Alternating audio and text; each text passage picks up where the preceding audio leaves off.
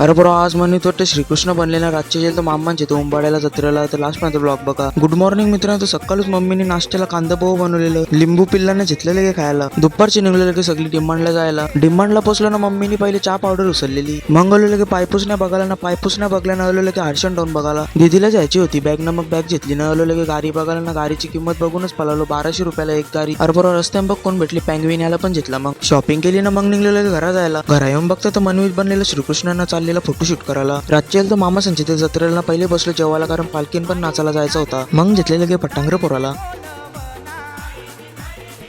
अरे ही मावशी वलखत बी नाही आवरी माकली गुलाला. अरे बरोबर माझा तोंड बघ कसा ओले गुलाला नाही हर्षू काही उतरत नाही करे ओले बोलतो मला मम्मी जवळ जोर मग उतरता. मग आलो की पालखीन नाचायला ना मामा भाई एकदम फॉर्म मध्ये पैसे उरत होते.